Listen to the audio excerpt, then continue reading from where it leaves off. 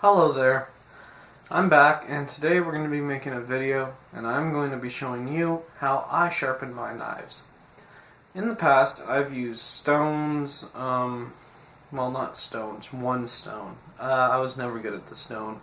I have one now, but well, I'm just not too good at it. But recently I found two sharpening apparatuses which have worked great for me.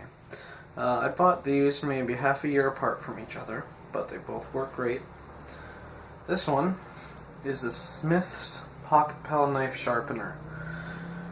You have a carbide slot for light touch-ups, a ceramic slot for harder work, and sorry, I reverse this. The carbide is the chrome looking one, the ceramic is this one here. Okay, so this ceramic's for light work, carbide is for rough work. And then you have a diamond tapering rod, which allows you to get into serrations. Well, this same worked great for me for a while, and it still does, but then I saw something at Canadian Tire. That's also where I got this, Canadian Tire. But I saw something else at Canadian Tire, and it looked good, and I figured why not try it. It was only $14, $14.99. It's the Speedy Sharp. This thing's absolutely amazing. I was skeptical at first. I figure, I'll try it. This is going to be another one of those sharpeners that takes, you know, a certain angle and skill to use. Well, you got to hold your angle on it, but it's really not that hard. Much like the Pocket Pal, this thing also has a carbide piece, that chrome piece on the end of this metal shaft, and it has this nice orange rubbery grip, right, with a lanyard hole, so you can put paracord through that tied to your lug goat bag. Well, I'm going to show you pretty much how I do my sharpening ensemble. So first off, let's get a knife from my massive pile over here. Let's go really cheap one. I'll show you how good this method works. Look at this cheap one. No, this is not a buck. This is some kind of a very cheaply made, roughly made dollar store knife. Complete garbage. Stainless china, of course, taking all our fucking jobs. But pretty much we're gonna sharpen this thing up and we're gonna see how well it can work. So first, I'm gonna start with the Speedy Sharp. Now you're gonna take the knife, put the blade over that way, or vice versa if you're right-handed. You're gonna have the Speedy Sharp's blade going that way, both of them away from each other. You're now gonna place them like this, and now at an angle, you're gonna move the Speedy Sharp with the carbide facing away from you.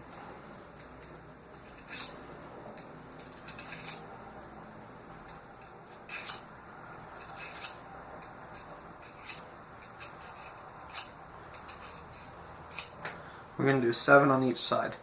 That was 7 on that side. Now we're going to switch over and do this side.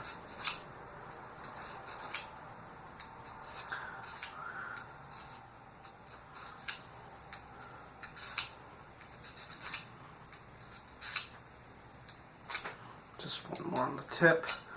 So there we go. About 8 on each side, and now it's got a pretty nifty edge on it, but it's rough. So what we're going to do to remove that burr, we're going to just blow off the carbide piece to get all the metal shavings off.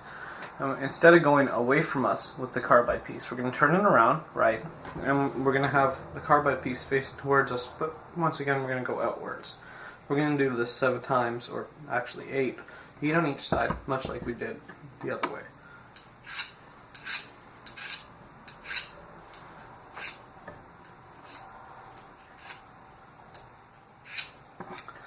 Flip it over.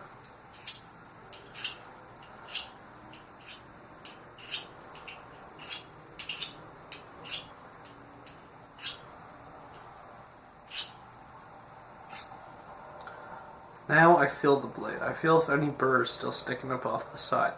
And then you never feel along that way of the blade, because you can cut your finger. You go across, perpendicular to the length of the blade. So now it's got a pretty nice edge on it, but I'm still not done. So what I'm going to do now, I'm going to close up my Speedy Sharp, and I apologize if the video ends before I'm done.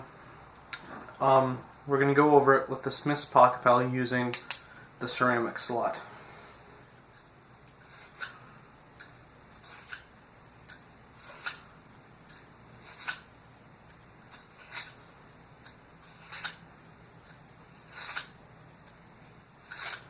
I tend to hold it up here. I don't really put it on the table when I do it.